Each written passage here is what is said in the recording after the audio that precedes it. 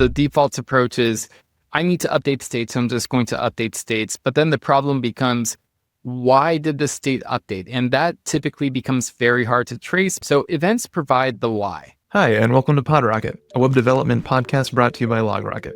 I'm Noel, and today I'm joined by David Khourshid, software developer and founder of Stately, here to talk about state management in React. In this episode, David and I talk about hooks to use instead of useState, the problems with useEffect, the delicate balance between local state and global state, and how reducers and state machines can help solve some of those problems.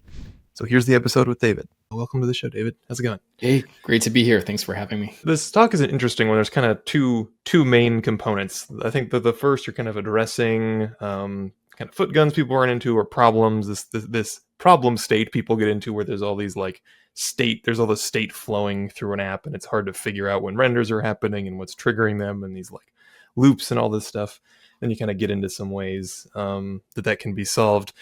I guess do you why do you think it is that we are in this pattern where devs so commonly find themselves in this kind of trap, this web? And do you think that there's a fundamental problem here that is leading to this? So the fundamental problem isn't, I would say, necessarily React itself. React provides the primitives. However, it is the way that we developers use these primitives. So first of all, useState seems, just by the name, like the go-to for state management in React. It's simple, and there's this immediate gratification of, oh, okay, I could just put state in there. I could update it wherever I want. But there's this whole idea of easy versus simple, if you remember Rich Higley's talk. So it's easy to get started with useState, but once you have more and more states, and once you start mixing concerns of UI state versus app states, then you have this whole mess of use states and use effects trying to work together, and it just becomes very complicated, where you'll have components with maybe 12 or 15 different use states, all with varying relevance. So some could be grouped, some others are not relevant at all.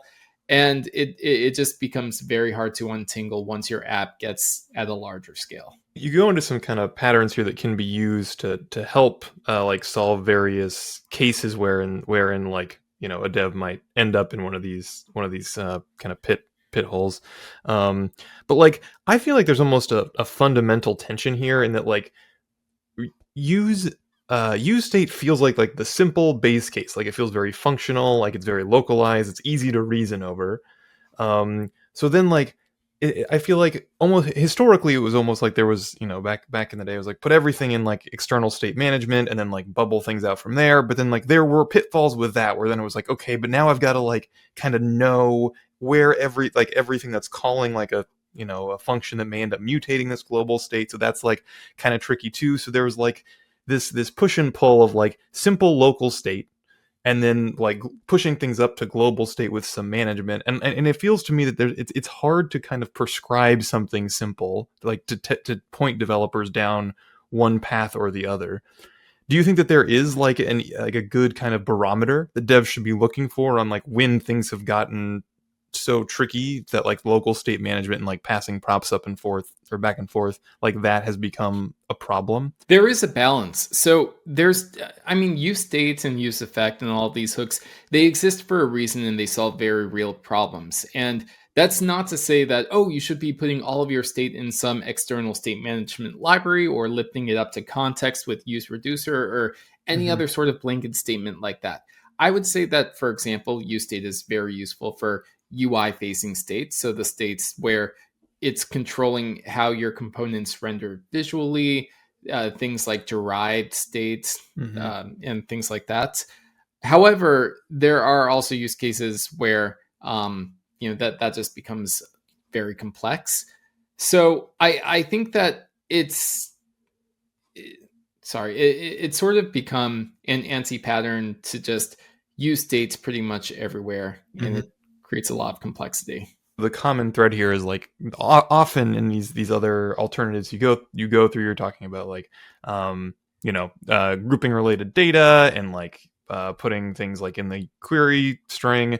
We get into this mode where you're often, if something's using use effect, that seems to be the point where it's okay, maybe is there something else we can do here instead of use effect?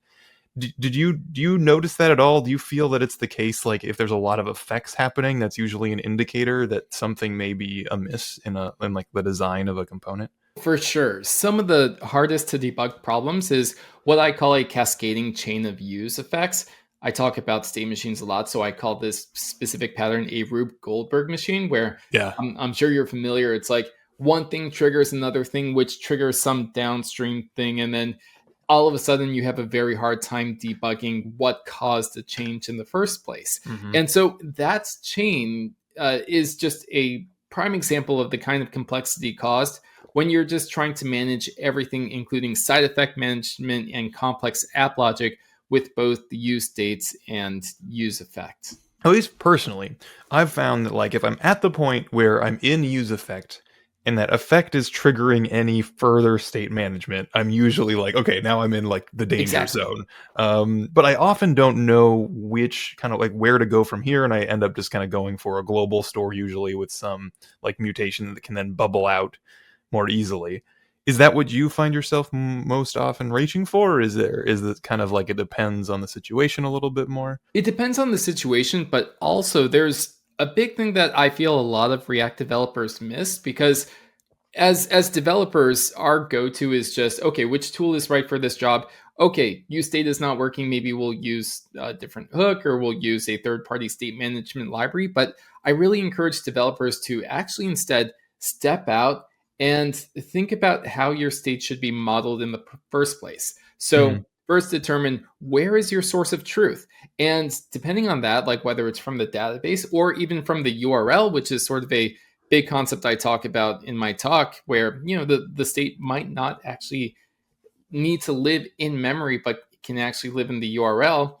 You can actually design your app logic around that, and then from there you could determine, is this a good use case for use states or use reducer or a third-party state management library. So I think that the missing first step is actually modeling the app logic, and by that I just mean determine what's your source of truth and what are the rules around the state. So basically, in any given state, like let's say you're submitting a form, what can the user do? What Mhm. can happen? You might be getting data in, submitting data out. The user might be able to click certain buttons or fill out certain fields. Just Mhm. modeling that out before even jumping to code. Well, I want to kind of circle back to like query string and local store and those kinds of things. But on this problem specifically, you kind of touch on like discriminated unions, like kind of ways of actually encapsulating these.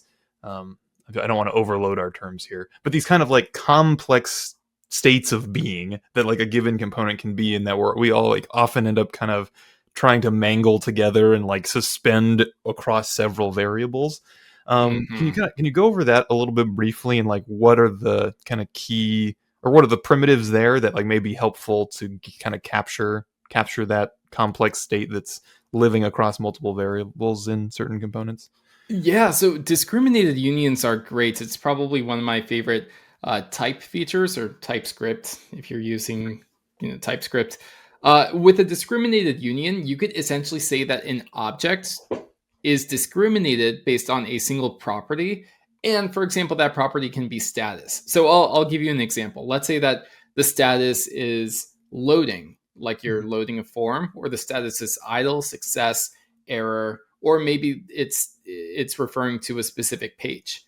Now, when status is success, you could say my data, whether it's user data or whatever, is definitely defined. It is in there. We don't have to do any type coercions or anything. We could say status, if status is success, we have our data. If status is loading, then we don't have our data, because in so many code bases, first of all, I see that all of these are sort of mixed together. So Mhm. you do have to do some unnecessary defensive programming and checks like, is this data defined even though status is success, or we have some boolean is success true? And that adds to the complexity, because now you have unsafe TypeScript mixed with just a bunch of boolean variables and floating use states. So that's why I think both grouping related states and using discriminated unions are extremely useful. And so this, I would say, is the first step to thinking in terms of a state machine without actually having to use a state machine. Mhm. Let's kind of talk about this like kind of state machine concept. It feels to me that these kind of discriminated unions, particularly used as kind of a means of capturing like the status of a given component, because I feel like that's how I most often see them used, right? Like that's how we think about them at least. Is like this, hook is, or this component is in like one of 5 modes, like we're loading, we're submitting, or like it's in an invalid state or a valid state, like all like these different modes, and I often see that. Do you think like that is happening often enough that maybe that this should be some kind of like more intrinsic, like primitive, like there should be something in React to capture this? Because I feel like this is where I always see this, is it's like the current kind of status of a given component is in this union, but for each one of these the developer is tasked with kind of like determining that needs to happen and setting it up. Do you think that that's a common enough pattern that like it should maybe be abstracted a little bit? I think so. And recently there was a new React API where I tweeted about it maybe a few weeks ago, but it actually did have it had something to do with animation. And Yeah. so, or at least I believe so. And it was actually using a string enum. Mhm. You can't see it, but I'm putting quotes Yeah. because JavaScript doesn't have native enums or anything like that. But it's Mhm. basically using a string to specify the status, which I think is really great. And it does eliminate a lot of that Boolean mess. Now, there's other hooks too, such as use action states, which Mhm. will reveal for example, an is pending variable. And so again, this might be going against what I say, where it's like, hey, try to use string enums instead of variables. But I think things like is loading, etc., are really good when it's derived state. The Mhm. problem is a lot of developers use that as a source of truth, and then you have this Boolean explosion where you can't really guarantee that is loading is true and is success is false. Like Mhm. you're like, oh, yeah, those could technically both be true, but they shouldn't ever be.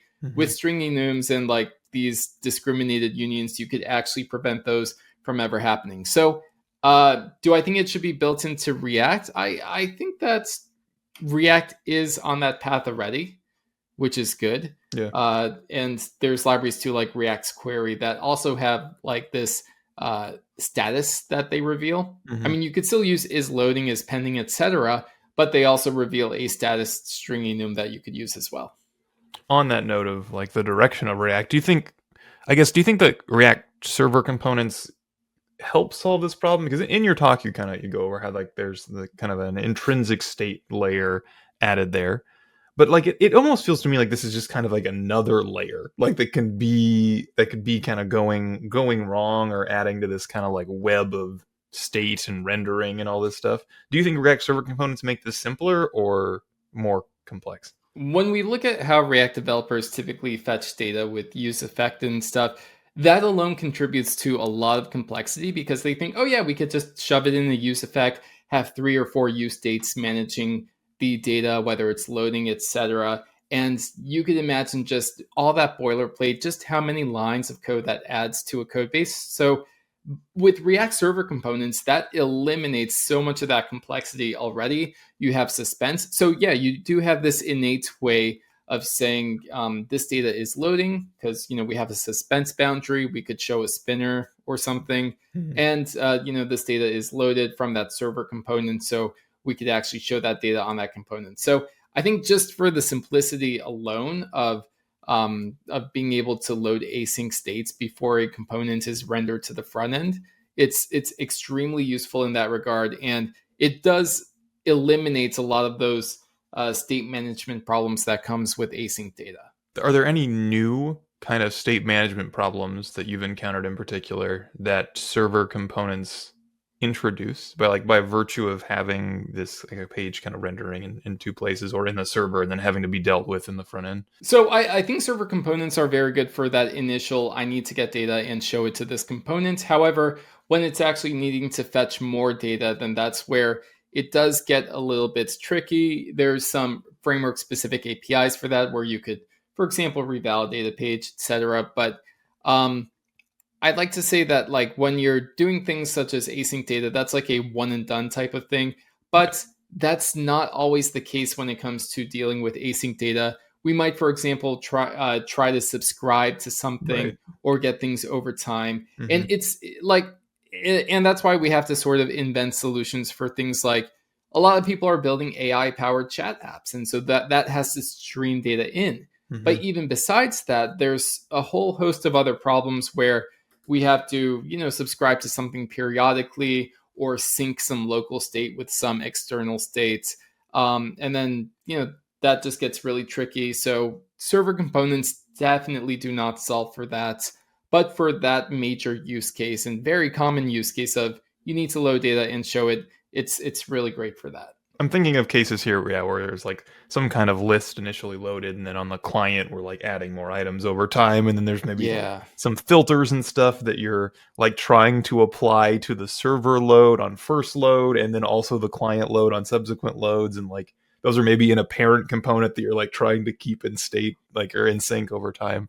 And that's where Um, React Query is yeah, still king there. yeah, No. yeah, I agree. Yeah, I guess I think yeah, like that's probably as kind of good a segue as any to talk about libraries a little bit. I do want to touch briefly, and this is we're kind of in that mode. You mentioned like query string logic a second ago, and how devs aren't reaching for it quite as much anymore, or it kind of gives one anxiety when you're on a page like I'm afraid to reload because I don't know what's going to happen. I've found this as well. But to me, that almost seems like a different problem. Again, like that could be it can be local storage or query string or whatever it may be of like state that is kind of core to an app, not persisting for whatever reason. Um, do you think that this is like actually kind of part of this complex re-render problem that we're talking about, or do you think this is more of just like a separate problem of devs not considering when a page may not just have everything it needs in memory like upon reload? Yeah, I think that using the URL for state is extremely underrated, and unfortunately, with the way that we normally develop apps, we just don't think about it. So yeah, that fear of if I reload the page, all of my data is gone, or I lose my filters and settings and whatever. Hmm. That's a very real fear, and that's why Remix sort of makes it a little Yeah. easy to use the query parameters, but there's also libraries like Nux and UQS, which also makes that very easy. And I believe that TanStack Search and TanStack Router, Mm. Tanner does a lot of amazing things, but that also treats the query, so the URL search parameters, as a first class citizen. Yeah. Because it is important. Like the URL is a natural states container. Just going earlier to where does the source of truth lie. So Mhm. yeah, I Yeah. think that more and more developers should use it. Yeah, this kind of brings me back. It's been a while since I've kind of gone down this path, but it does make me ponder it a little bit. Wherein, like, again, there was a time when everything, like, when Redux, everyone was using Redux, and everything was kind of Mhm. being pushed there. And then there was like people were like, well, what if we just like serialize the whole state and stick it in local storage, and like so it's always there. And then like whenever you render, you pull the whole that whole thing out. And I feel like that like this was the problem that we were trying to solve at that time. Do you think that there's anything like to that notion? Is that like something that could be considered? And have you seen any tools that kind of go this direction? The problem with that, and like with early Redux in general, is that it's trying to prescribe too much. Where it's like, no, just put all of your state in global state, and Mhm. obviously you could sync that with local storage or what have you. But the problem is that state concerns in an application are varied. So we were talking about URL as a source of truth for state. Mhm. That's very true. You could also have state in like coming from your database. You could also have in-memory states where it's either global, shared between components, or specific to single components, or at least single components within a hierarchy. So the component and its children and descendants. Mhm. So there really is no one size fits all solution. And that's something that I want to emphasize. So when you think about like, oh, let's just serialize the entire application state and put it to local storage, that might not be feasible for the reasons that I just mentioned. Because when apps grow to a certain level of complexity, you are going to see a mix of those state management solutions. Mhm. And it's a necessary mix. Like you will get more complexity if you try to shove everything into one place. So that's just a reality we have to accept. and avoid complexity by just knowing the proper patterns to choose. Yeah, agreed. Again, like back to an example of like a list of items that may be filtered on the client. Like it very much Mhm. feels like the filters should probably exist locally and be persisted locally, but then like the data should always be being fetched dynamically without persistence.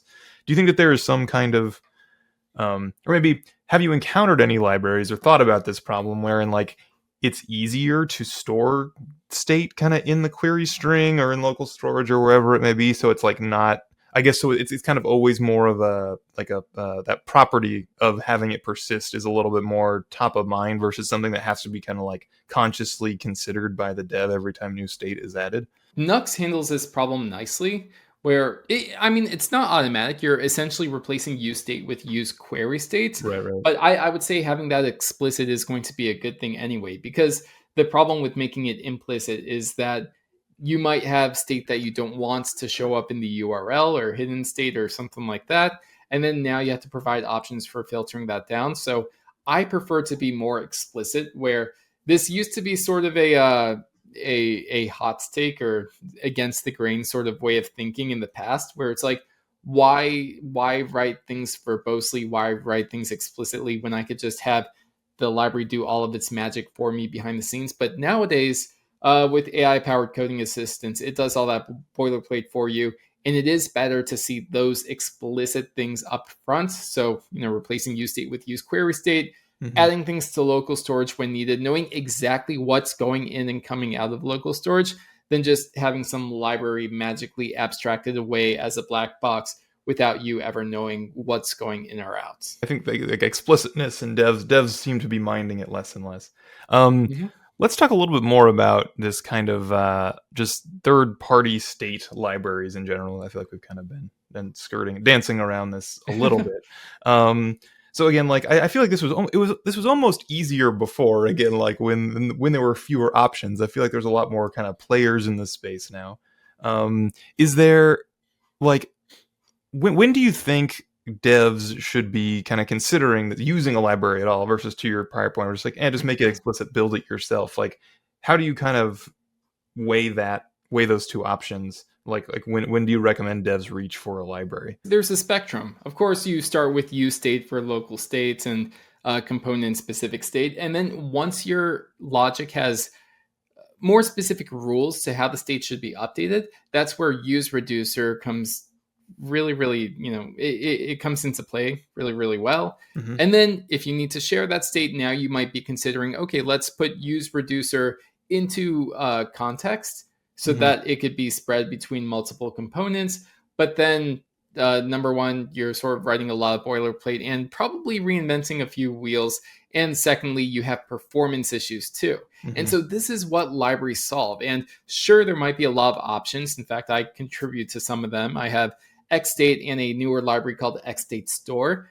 And of course, there's many popular ones like Redux, Zustan, Jotai, Recoil, etc. Hmm. Um, but I would say that these libraries really come in two flavors, or you could think of it as a quadrant, but just to simplify, they come in two flavors.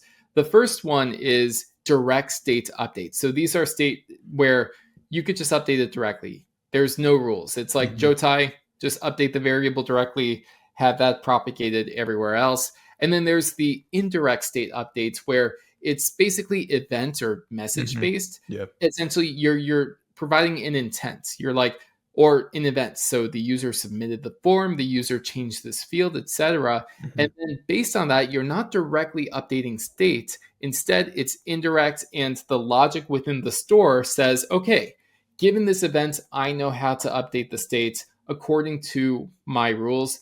So that's what I'm going to do. Hmm. And I think even though that's a little bit more verbose, it's more explicit and it is a lot safer to do it that way. So the libraries fall into one of those categories.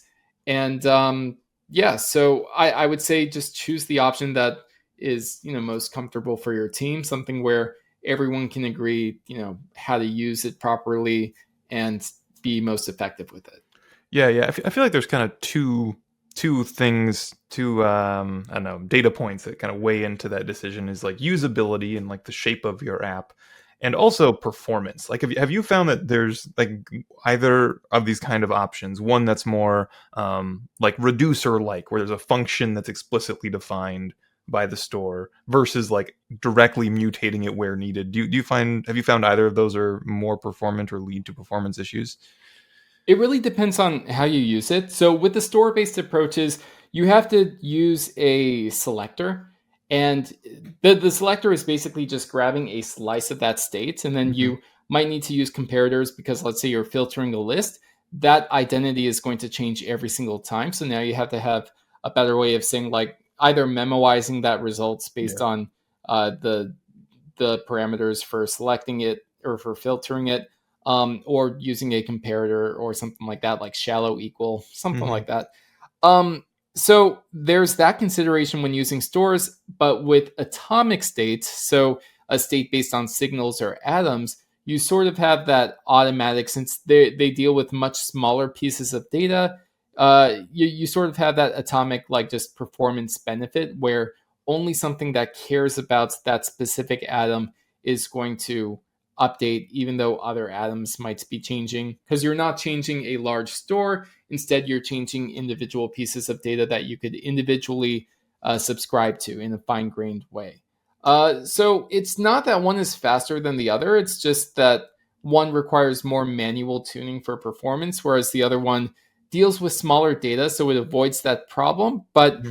if you have bigger, like if you're dealing with larger data in a store, then you can't really just shove that all into an atom because then you'll have the Right. same problems. I most often encounter this where I have like components, like a list of components, and then each of those like cares about a specific slice of like an array, right? It's like, oh, like this is number whatever 7, or the one with this ID, right? And like it needs Mhm. to then prescribe wherever changes to that are coming from. And like the two different modes of looking at that, as you described, do feel like very different in how I need to like filter and look at those items and subscribe to updates.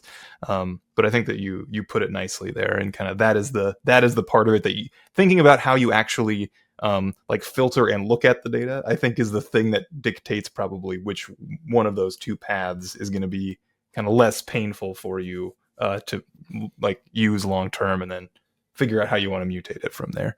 Right. Um, yeah, I guess. Do you think that like are we often thinking about, I guess, so you in the talk you kind of talk about how the events driven approach kind of has a lot of just intrinsic benefits, back to your point of like being explicit and traceable. Like do you think that they're uh do you think that devs are kind of going that route less often than they should be, and reaching for something where they can do direct mutations and it's causing problems? I think they do go for it less often because the default approach is I need to update states, so I'm just going to update states. But then the problem becomes why did the state update? And that typically becomes very hard to trace because that updated state might come from props, which might come Mm, from some sort of centralized or decentralized state management, and then you have no idea where it originated from. So events provide the why. yeah. And I think that that is very, very important. Even if you're just using it for console logging or seeing like, okay, what series of events led to the state being in this, potentially inconsistent state so that I could start to debug and, go based on that. I mean, you can't even trust things like a call stack Hmm. because things might be async, things might not happen exactly as you intended. And for example, for React, if you do one state update, it doesn't happen synchronously. It's batched and then it happens like on the next render cycle, etc. So you can't just go back in the trace and see which function ended up changing it. And that's where Right. events really fill that gap. They give you the reason why things are updated, but also they allow you to change the logic itself. So you could send the same events and have the logic change and understand that, okay, yeah, this same event will now do something different because my logic changed, but the intent is still there. I know exactly why this data changed. It's because this event was sent. I feel like we're kind of telling the same story in a couple different ways here, and that like like use reducer is nice, and like event based mutation at the global level is also nice, because you kind of get this Mm-hmm. traceability, and you can do these more complex make these more complex changes.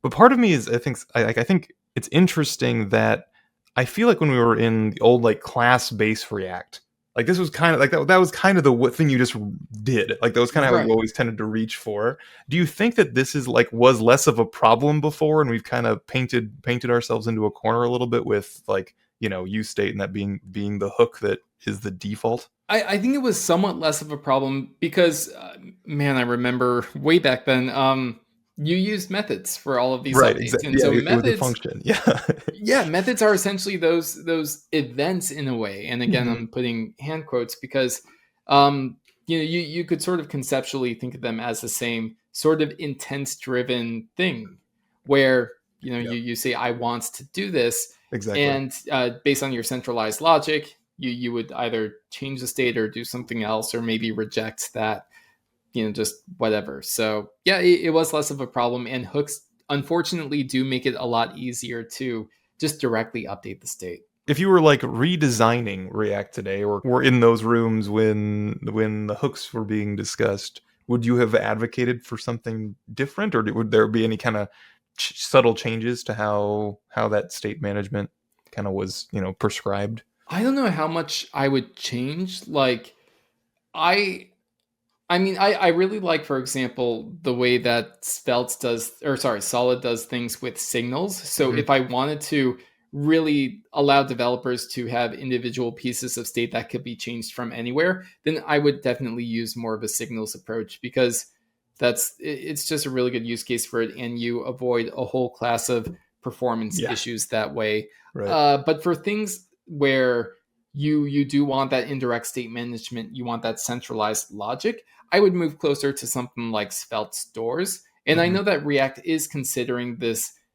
innate idea of a store. Yeah. It's really a huge missing piece in React that other frameworks do have, either as a blessed third party library or something built in like Svelte stores. Hmm. Um, that's the one thing that I would strongly push for, because the idea of a store as a single thing, like a single entity, Hmm. now you could take that, share it around in props, put it in context, and so you have local state that you could manage with it, global state, shared states. You could wrap it, and just going back to what we talked earlier, sync it with local storage or the URL. Hmm. Like, just the idea of a single store where you could send events or subscribe to state updates.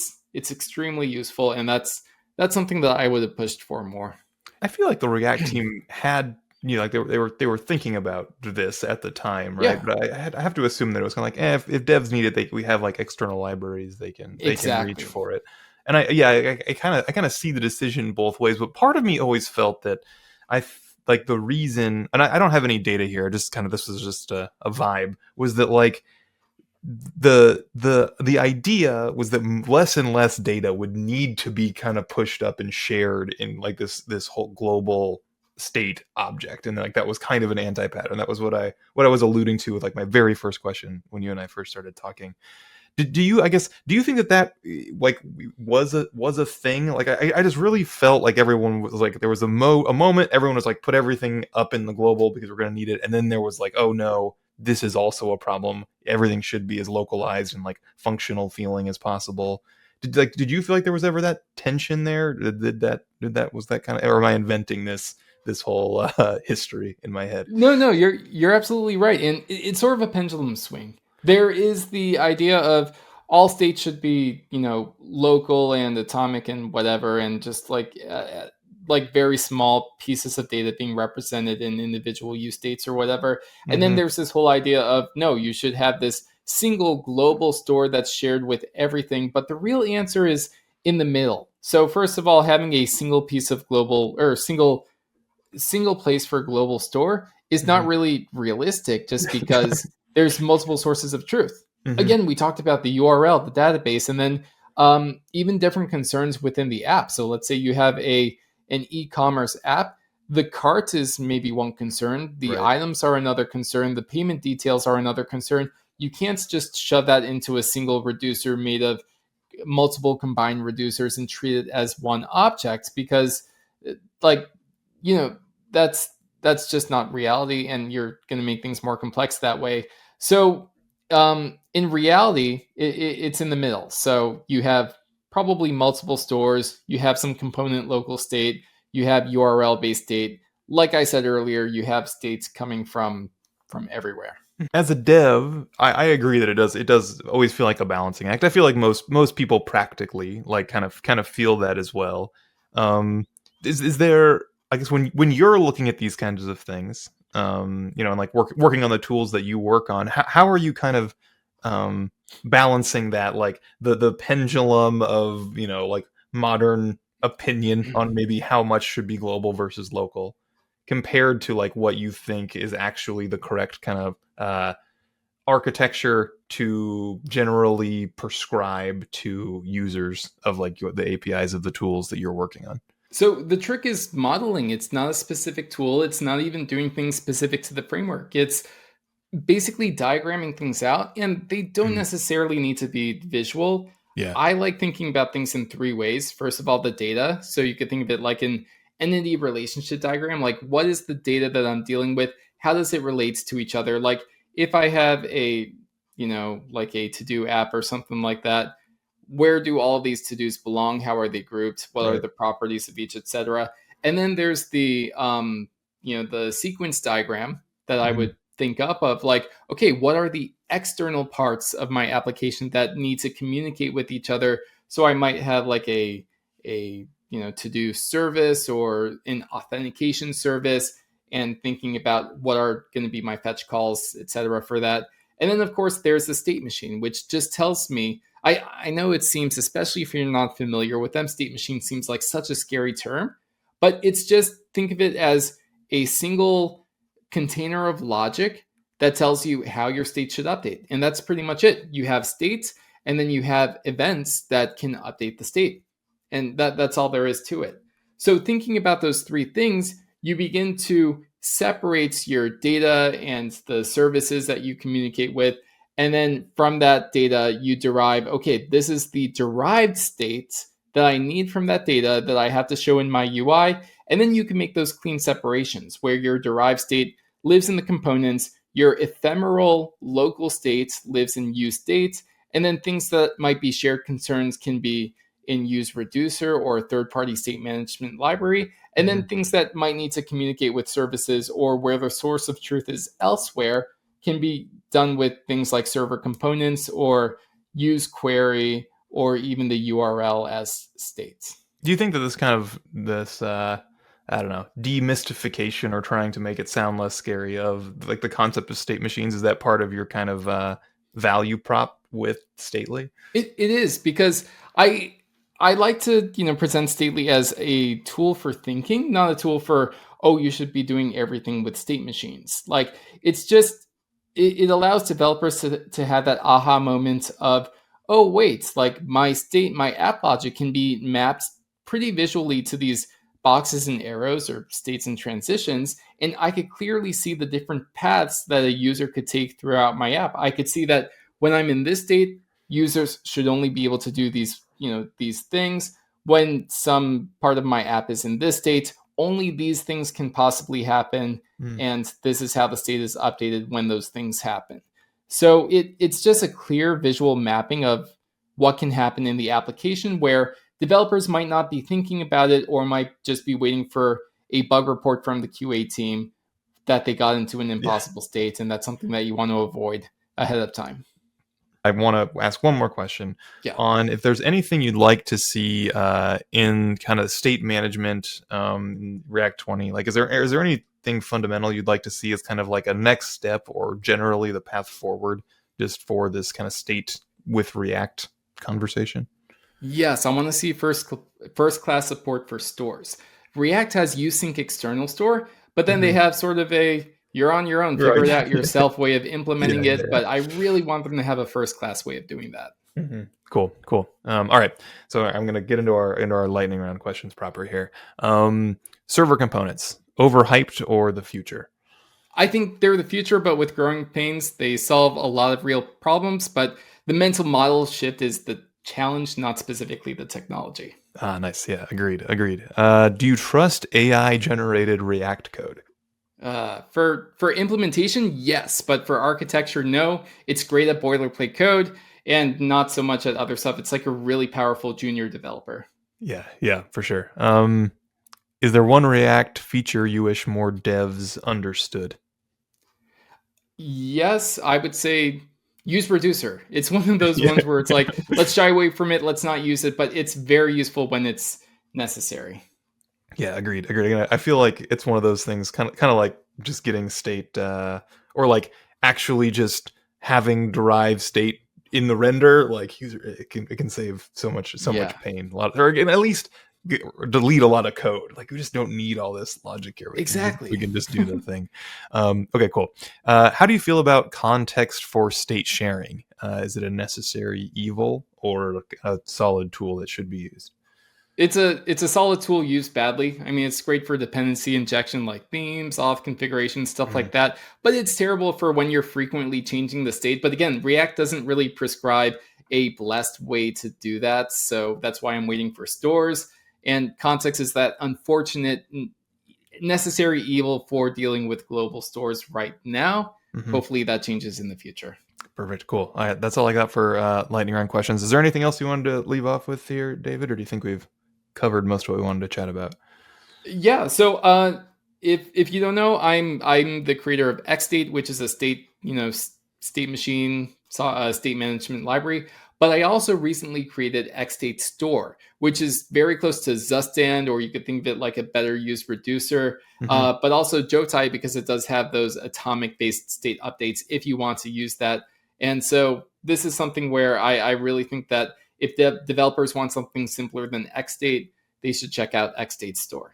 Perfect. Yeah. Cool. Yeah. I'm a big Zustand user, so maybe I'll have to explore a little bit and check out some other tools Yeah. because I've got a couple projects that I've been like in this mode of like this is all going to be global state, so I need to check some new stuff out. But anyway, this has been a pleasure. Thank you for coming online, letting me pick your brain a little bit, David. Thank you so much for having me. Of course. Take it easy.